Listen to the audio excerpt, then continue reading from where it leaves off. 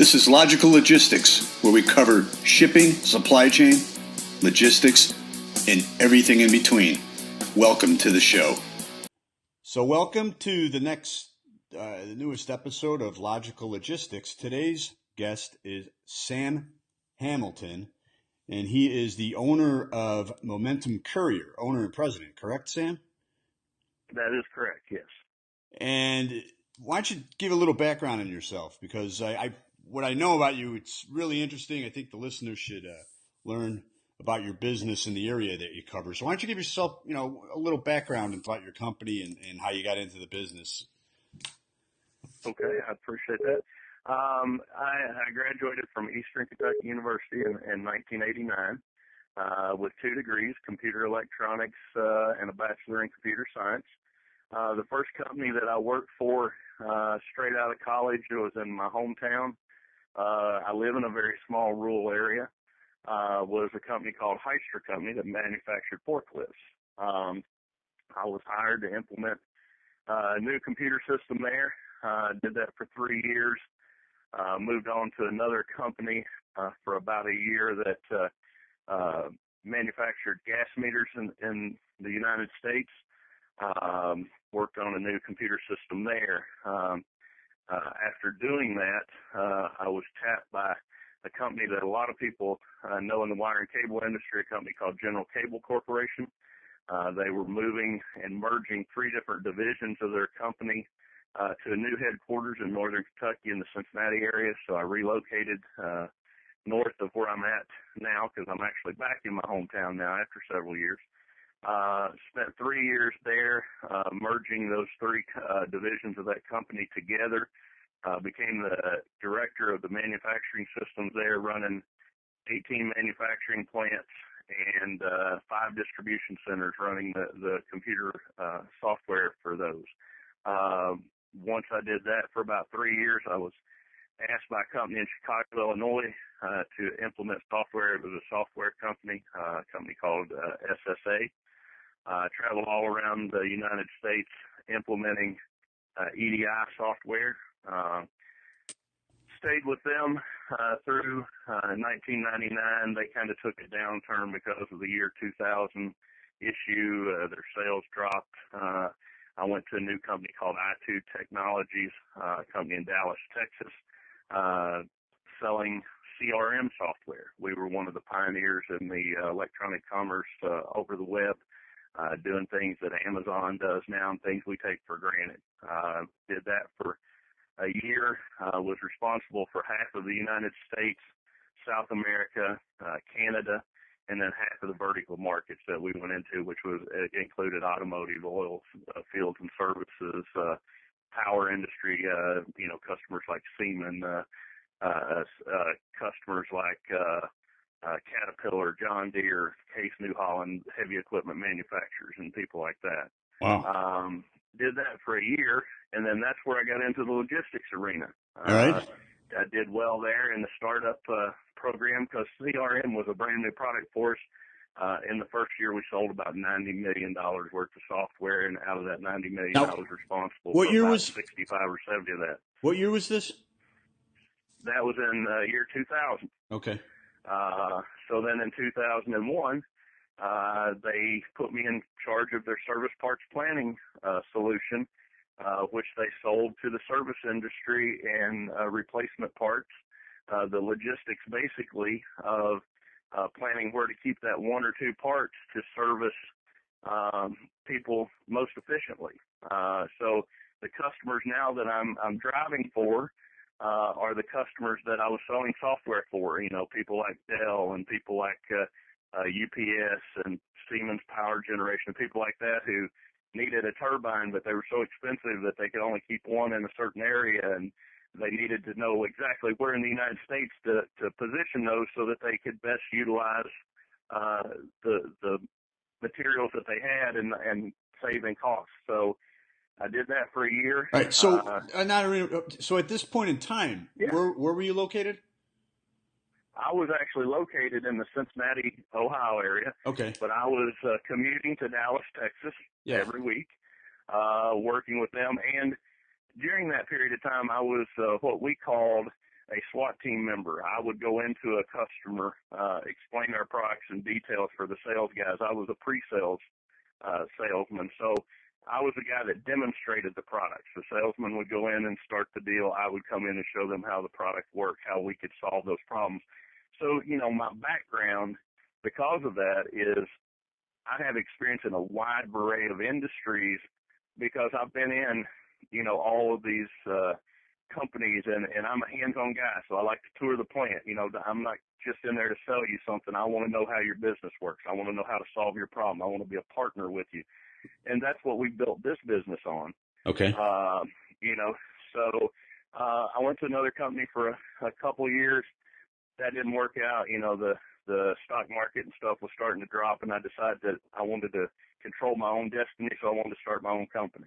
Right. So in the summer of 2004, the birth of Momentum LLC, which is now Momentum Courier, happened in the Cincinnati, Ohio area. I still lived there at the time. I did that. The first two customers that I had, one of them was subcontracted for a company to service banks and move paper in the banking industry. The second one, which is still my number one customer today, and I got these customers on the same day, by the way, Oh, great. was a pharmaceutical company, and we service long-term care pharmacies. Yeah. Or the long-term nursing homes through that long-term care pharmacy, I should say. They are my largest customer. We do probably 60% of our business to those types of businesses now, not just that one company, but about 60% of what we do is stat deliveries, medical equipment deliveries, home deliveries. We do a lot of where we intercept FedEx and UPS shipments for home IV systems that may need to be refrigerated that they could not deliver. We go get those, refrigerate those, and then redeliver those because those medicines are quite expensive and those folks are usually very sick because they're antibiotics. We protect those valuable products for them and then get those to the customer. So that's a huge part of what we do. I did that in the Cincinnati area up until 2008. Actually, in 2006, my father passed away. 2007, my grandfather passed away. And if you know me, I grew up in a very small town. Okay. So I moved back to my small town because of that. Married my high school enemy, which is a story within itself that I'd be glad to share with somebody one of these days. But we've become great friends. All right. And we got married, and so I moved back to my hometown in 2008. And where's that? That is in Mount Vernon, Kentucky. It's just south of Lexington. Okay. Matter of fact, it was 8 years ago next week. All right. And I moved back here. The economy had kind of tanked at the time. People weren't, moving products as much on the same day environment as they were in the past. We were competing against the next day services, FedEx, UPS, people like that. Right.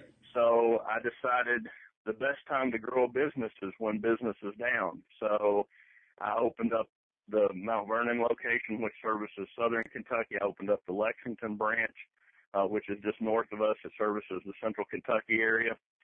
And I also opened up the Crossville, Tennessee location. And when I call these locations, I have drivers there. We don't have physical buildings there or anything like that. We're a small operation, but we position drivers there. And the main reason that we opened the Crossville, Tennessee location was because of a company called Colinx. Okay. Colinx is a conglomerate of bearing and belt manufacturers. All of the competitors came together and said, if we distribute our products out of the same location, it saves us all money because they may need a Gates belt to go along with a Cooper bearing or Timken bearing or something like that. So Gates moved from northern Kentucky down there. We've been servicing Gates in the Florence, Kentucky area, Cincinnati area. They moved down there. Several of these guys moved down there, Baldor, those guys. So it made sense for us to put people there. We do, from the Crossville, Tennessee area, we've driven as far as Texas, Nebraska, Florida, Michigan. Anytime people, companies like Motion Industries, companies like Command, Industrial, Applied Industrial, folks like that. A lot of times will get parts out of here. Okay. So we're strategically positioned there. That's actually about 75 miles from Knoxville. We now have folks in Knoxville as well. It's about 100 miles from Nashville. We've got some folks around the Nashville area now as well. Wow. Because we've expanded out.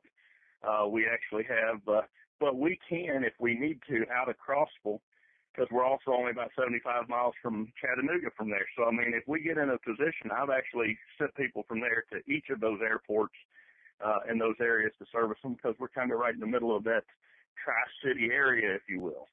Right. So that's a strategic spot for us. Because in an hour and 15 minutes, I can be in any of those cities. So you moved from Cincinnati to Mount Vernon, Kentucky, correct? Yeah. Right. Mm-hmm. I would say that was a good move. Am I correct there? It was a good move for several reasons. Right. First of all, the first reason is it forced me to expand my business, which is something that I needed to do anyway. And it put me in an environment, because like I said, I'm a hands-on guy, so my strength is also my weakness, because when I lived in Cincinnati, I drove too. And instead of working on expanding the business, a lot of times I'd be in my vehicle. So moving down to a small town where there's not a lot to do, I have a lot more time to work on the strategic side of the business versus the hands-on part. Now, I still drive. We've got a few customers right here locally. And, matter of fact, we have a nursing home 3 miles from my home. My mother-in-law was in there until she passed away. So that's the other thing about business that you'll learn about me. Business is personal, especially these pharmaceutical stuff. I treat these patients like they're my family. Yeah. If we had 20 inches of snow last week, I was out every day in it. My philosophy is I'm going to do my best to get that medication to that patient. I treat them like they're my grandmother. If I could look my grandmother in the eye and say, it's too bad for me to get out, then I'm going to stay home. If I couldn't look her in the eye and tell her that, I get in my vehicle and go. I try to instill those same values into my drivers. We make every effort we can to make sure every shipment's there on time, and that we communicate to our customers and say, and try to be honest and say, you need it there in 30 minutes. I can't do that, but I can get it there in 45 minutes or an hour. And that gives you the ability as a business owner to make the best decision for your business. And there's, and if you say, Sam, I'm sorry this time, I need to get somebody quicker, that's fine. I'm your partner. You'll come back to me the next time.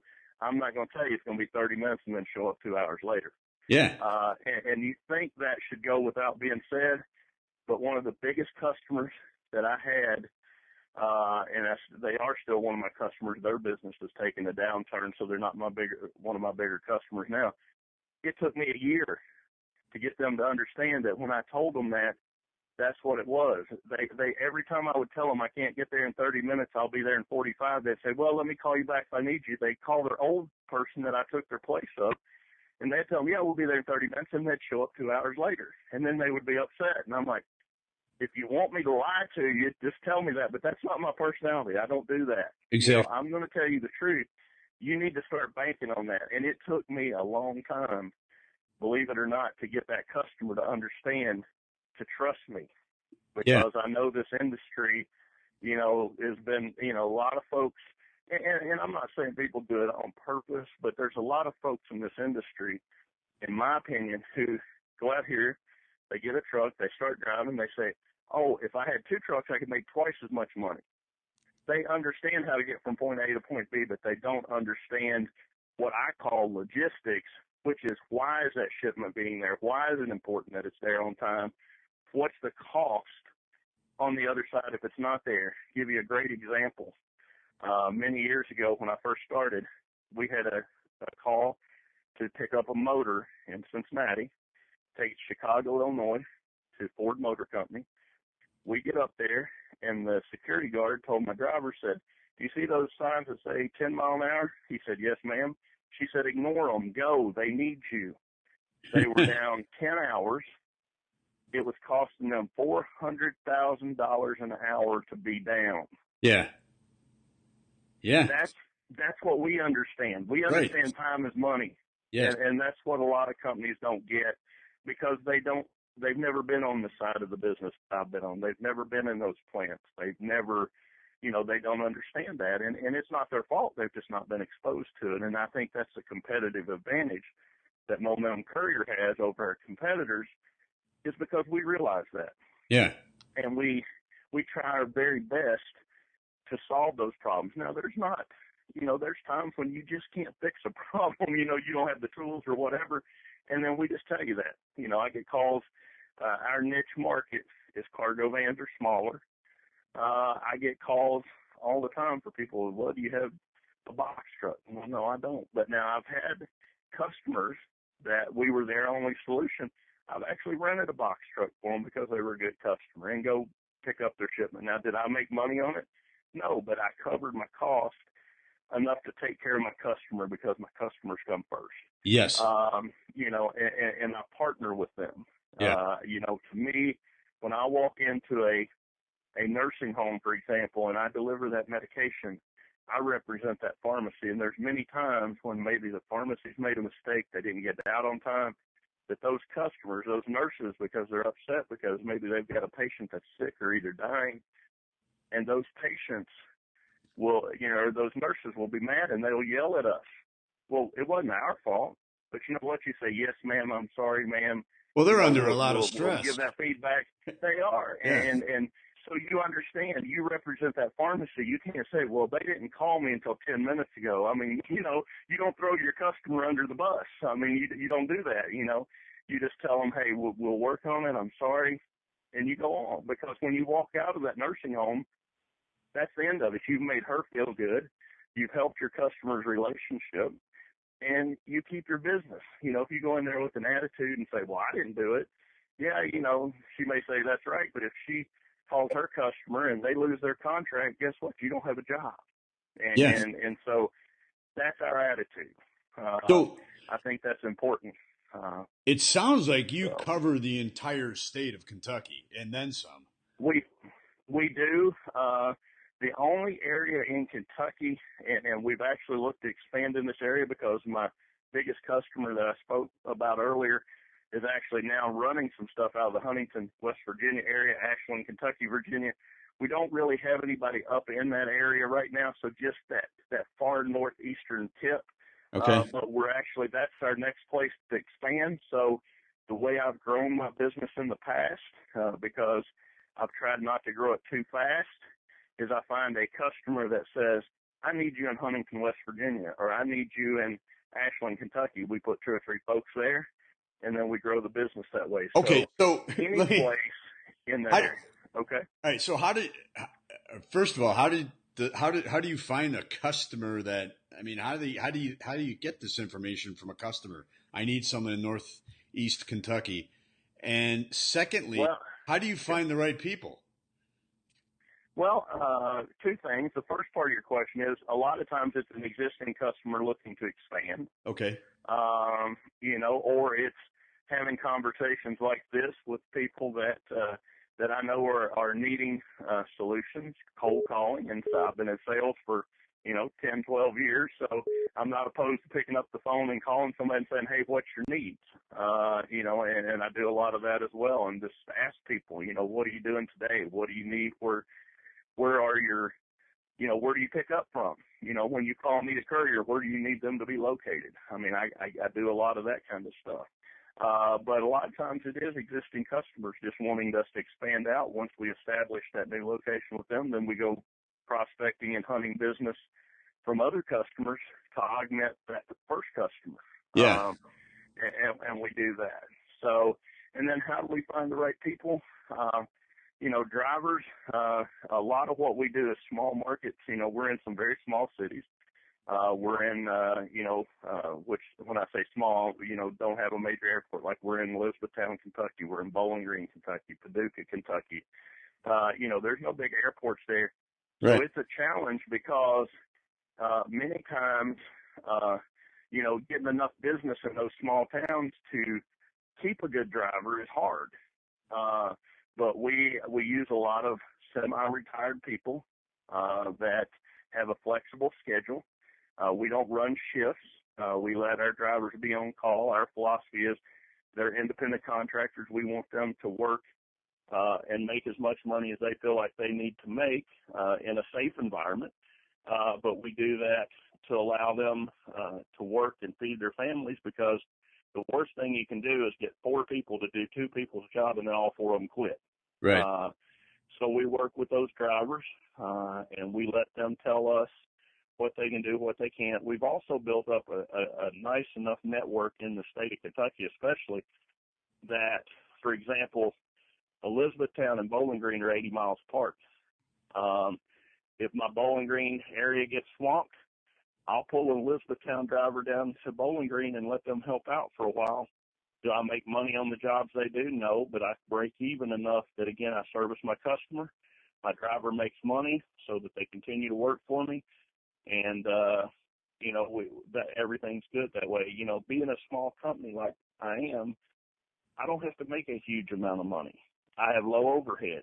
So, that's one thing I make sure I put plenty of money back in my drivers' pockets. I think I'm one of the higher paying courier companies in Kentucky.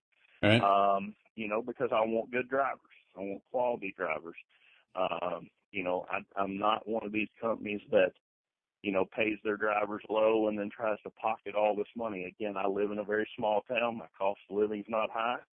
I think that helps because it allows me to have the flexibility, again, to service the customer well, keep the drivers happy, make sure I've got good quality drivers, and that's kind of the way we run our business. Now, to backtrack, so am I Okay. correct? It was 2007 when you decided to expand?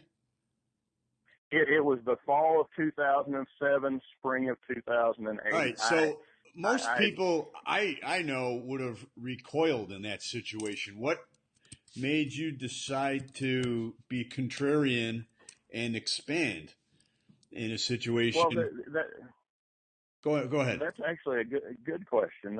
Because a couple things. First of all, necessity forced me to go find more business because the economy had dropped. I lost, in about the time I was moving back down here to Mount Vernon, I lost probably 60 to 70% of my business in 2 months because of the economy. Right. Nothing we did. We've never lost a customer because of quality and customer service. Never. Matter of fact, I had one customer, we did 5 shipments a day from Cincinnati, Ohio, or not a day, a week, once a day, back to Berea, Kentucky, which is 10 miles from where I live. One of my highest paying customers. They completely stopped. So, I lost, 5 shipments a week. Yeah. From them just shut down because they didn't need anymore. They couldn't afford it. So necessity was the number one thing. But number two, growing up in a small town, my family's been a big influence on me. And I remember the years of my grandfather talking about living through the Depression in the 30s and telling me stories about people who, when I was a kid, I thought was rich because they owned a big farm or they owned businesses. And I'd say, how did they get that? And he said, well, when nobody else had money in the 30s and the Depression, they had a little money and they invested because nobody else could. Yeah. And so it was that really fueled me to say, the economy's down. A lot of these competitors of mine are going to go out of business. Right now is a time for me to expand. And even if I get a few jobs and get one driver in those towns, once the economy turns around, I'm already there. Right. I'm ahead of the game. Yeah. And that was really what fueled it. And people, they hear those stories of nostalgia and stuff like that, and they kind of blow it off and think, but it's those values that I was taught, frankly, as a child, that taught me how to do this kind of stuff. And, no, but so many success stories are like that. They have that hunger, that drive that keeps them going, and instead of recoiling and giving up, they're hungry and they keep on doing what you did. So going back to what you did you go to existing customers? Did you hire the drivers first and say, hey, let's go? I mean, what was your approach at that point when you lost? I mean, 60 to 70% of your business. Holy cow! I mean, I've heard Yeah, 50%, but wow. So what was your yeah. approach there? Well, we did we did a little bit of both. Luckily for us, my existing customer, the one that I've spoke several times about, that's still my largest customer, they needed folks in Lexington. Okay. Uh, so Lexington was a natural expansion for us. So that was that was easy.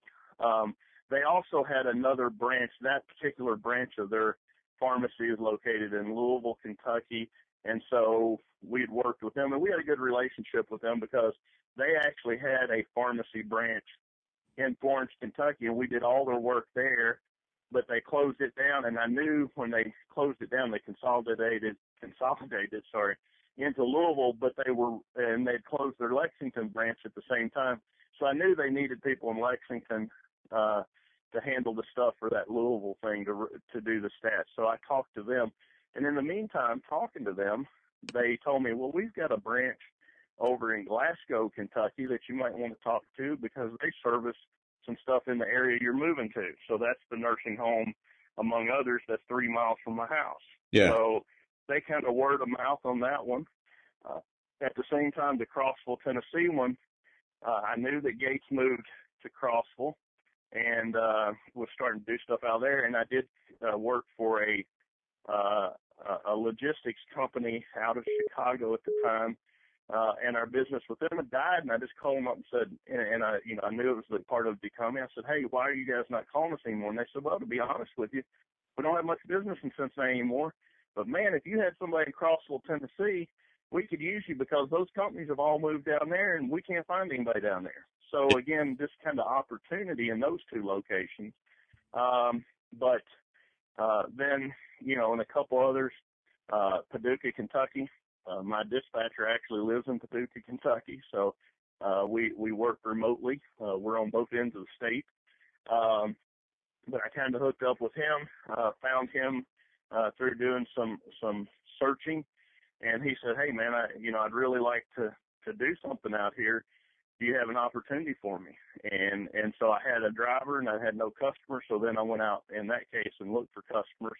And again, it happened to be the customer that the pharmaceutical customer said, hey, we've got some homes out there. So if you've got a driver, so it's been a little of both. And that's the way we've grown our business every time is we find a customer, we find a driver. When the driver gets overloaded, we get another driver, and then we go get another customer in that area. It's got to be methodical. Yeah. I've learned through business that you can go out here and get a lot of business real fast, but then if you can't service that business, not only do you lose the new business, but many times you lose your old business because you're trying to focus on the new stuff and you forget the old customers. Right. That's not a good way to do business. So it's been a step-by-step methodical approach to us when we did the initial expansion in 2008, 2007, 2008, and we've actually just went through a second round of that this year in 2015 because of one of the same things. One of our pharmacy customer, two things actually. We've got two pretty big pharmacy customers. The existing one, they actually increased their business by getting a huge contract, doubled their business back in the summer. So that helped us expand out into Bowling Green and Elizabethtown, and one more city that I can't think of right off the top of my head right now. But then we've also started working with another pharmaceutical company that has built an online network to where they can let these long-term pharmacies actually enter their orders on their computer system on kind of the same kind of system I was selling years ago. And then it comes straight to us, and it's a low bid situation. So I bid, these routes or whatever, and if there's jobs in our area, we get them. And that's actually grown. I was one of their very first partners, and it was a cold call situation. I called them because I knew they were in the same kind of business. They actually own a pharmacy too, but they were developing this software, and I called the pharmacy and said, hey, I want to, if you ever need a stat delivery company in this area, call us. He said, well, an interesting thing, we're developing this software where a lot of pharmacies can use it, Would you be interested? And I said, well, yeah. And it took them about 6 months to get it off the ground. We were one of the first partners they had, and we started working with them, and that's been about 4 years ago. So we've actually, now we're doing quite a bit of business with them. So, you know, you got to get out there and beat the bushes as well. You know, Sure. I mean, you got to get out there and do the cold calling. Can't be afraid to pick up that phone and ask for people's business. Right. So Yeah. we do a lot of that as well. That's fantastic, and it's so fascinating to hear. My first few guests, I've had such a wide array. I've talked to an international organization, a national organization, a company here in Chicago, but now to hear someone that covers an area like Kentucky, it's just absolutely fascinating what you've done and what is involved in the business. What is your How do you feel about the industry in general? Where do you see it going? I think right now, and I'll go back when the economy crashed the first time. Most people didn't realize it crashed in the tech sector. That's why I got out of the tech sector 5 years before it crashed everywhere else. And most people didn't feel that like I did. I mean, I basically had to start over. And I told people then it would take 10 years at least for the economy to turn around. That's before we had the second crash. So right now, I think there's a lot of opportunity out there because I think we're in a position now to where I believe things will start turning around if for no other reason out of necessity. We've seen a little bit of uptick in business in the last year or two where people have failed to maintain their machines like they used to, for example, and now machines are breaking down and they're having to spend that time, and most of the time that puts them in an emergency situation. So we've seen some of that, but I think the opportunity for growth is tremendous, you know, especially for our type of market, the small niche market, especially with fuel prices being down right now. Yeah, I I was think just that about to really ask helps that. us. That has been tremendous. One thing that I do, I don't charge fuel surcharges, never have, never will. My philosophy is I can't, you know, I'm a small company. I can't keep track of that anyway, and it's never accurate. We raise our prices when we need to, because one of the things that I want to be able to do is I want my customers, I give them a rate sheet, X dollars per mile or whatever it is, and they know before they call me how much it's going to cost them, because many times they're quoting a rate for a customer, and that customer's down and needs it quickly. And if that customer says, how much is this going to cost me, I want them to tell them. I don't want them to have to say, let me call Sam. Sam gets a quote, gives it back to my customer, who gives it back to their customer. That's time and money. They know, you know, if it's 100 miles and it costs them X dollars today, it's going to cost them that same tomorrow and the next day and the next day and the next day. And that way they can count on me. Again, consistency is the name of my business. And I think if you do that and you build a good customer base and you build a loyal customer base, I think the growth right now is tremendous, especially in the state of Kentucky and in this area, because we're seeing a lot of industry. We're seeing a lot of growth, you know, and especially for us in the pharmaceutical business and Sure. stuff like that. And you know, I don't want to pigeonhole myself. So people that are listening to this, I don't want people to think I only do pharmaceuticals. That's not the case. Pharmaceuticals is just something that's very time sensitive. So we get a lot of that shipments.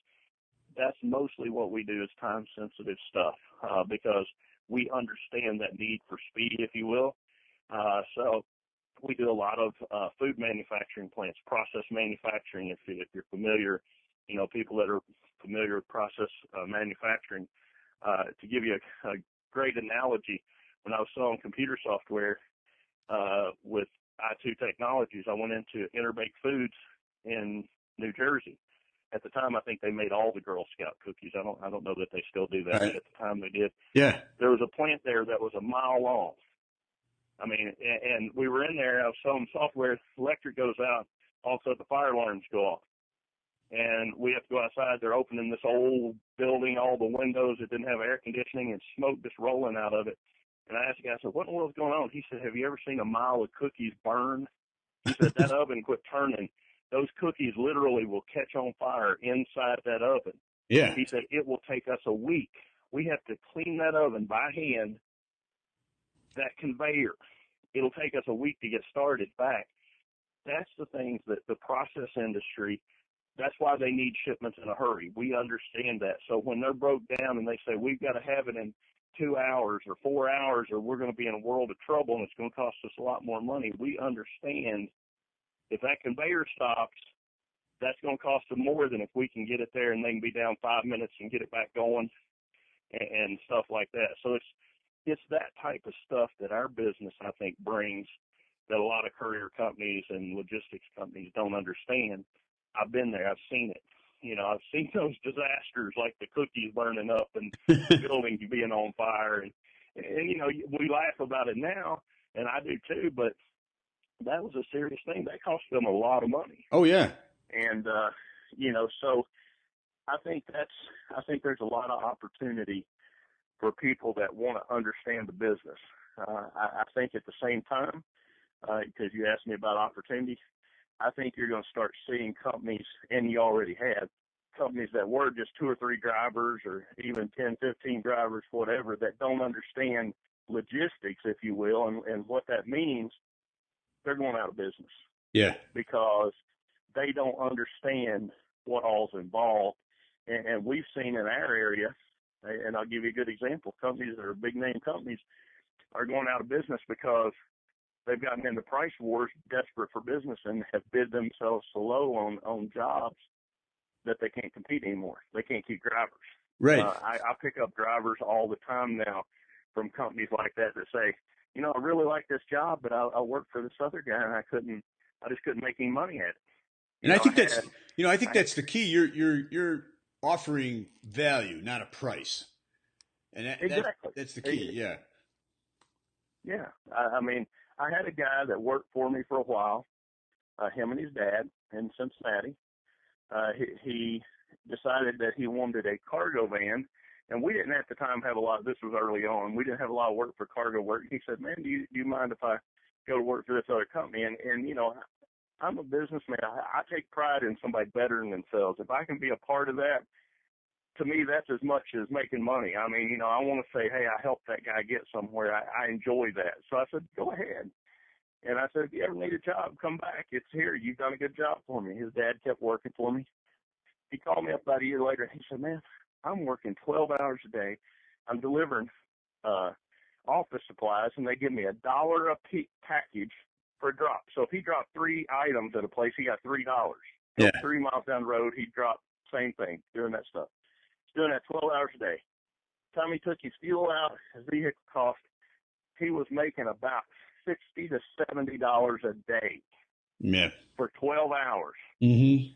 I said, come back to work for me. I'll give you, we had 2 or 3 nursing homes that were about 60 or 70 miles away, 100 miles away from Cincinnati that we service, and usually we get a call once or twice a day for those. I said, I'll give you those 2 jobs, and you'll make more in 4 hours, and you'll have the other 8 hours do what you want to, or do more work for me, and you'll still make more money, and you'll save on your vehicle. Yeah. And he did. Yeah. Because, again, we understand the values. You said we understand the business, and we understand what it takes, you know, to make money, but at the same time, do it in a cost-effective way for the customer. And I think that's the most important part. You know, you have to provide a solution to the customer that's acceptable. And you know, to me, you have to be a true partner. You know, there's many times that I've taken a chewing over the phone from my customer's customer on my customer's behalf, if you will, to try to help that relationship. Sure. And I don't mind doing that. You know, so, but that's kind of our philosophy. That's the way we've run this business for 11 years now. Well, more than that, 12 years now. It'll be 12 years in June, I guess. Yeah. And it seems to be working. And you know, I enjoy it. There's days when it's stressful. You know, I've had customers ask me. I had one guy ask me one day, is actually a pharmacist that called me. He said, I call you at 8 in the morning, you answer the phone. I call you at 6 in the evening, you answer the phone. I call you at 4 in the morning, you answer the phone. Do you ever sleep? So look, in this business, if nobody else does the job, I'll do it. I don't ask my drivers to do anything I won't do. But yes, I do sleep, but at the same time, I'm willing to get out there when I have to and sacrifice. I never ask anybody to do something I won't do. I lead by example. Yeah. And to me, that's why I think that my driver base respects what I do. They know they're treated fairly. And I think that's important. One thing that I stress to my drivers, every driver that I talk to when I hire them, we do things the simple way around here. You get all kinds of drivers. You get, retired folks, you get young folks, you get people that, are in a financial bind. For some reason, when people are in a financial bind, they think driving is the best way to get themselves out of it. And we try to help them. And I do that. I mean, I try to help my drivers. If they're in a bad situation, I've been through it. When I started this company, I didn't. That's the other thing that I'm proud of about this company. I've built this company into what it is today, and I never borrowed a dime. Interesting. This business was built on cash, and I didn't have cash. I mean, I'm saying I built it by necessity. Yeah. Through just, if you will, organic growth. It wasn't where I, went out and took a big loan and hired a bunch of people and took a chance. I mean, I didn't do that. I didn't have the means to do that at the time because of the economic downturn and that kind of stuff. And so I think that helps me relate to some of these drivers when they're in the same position.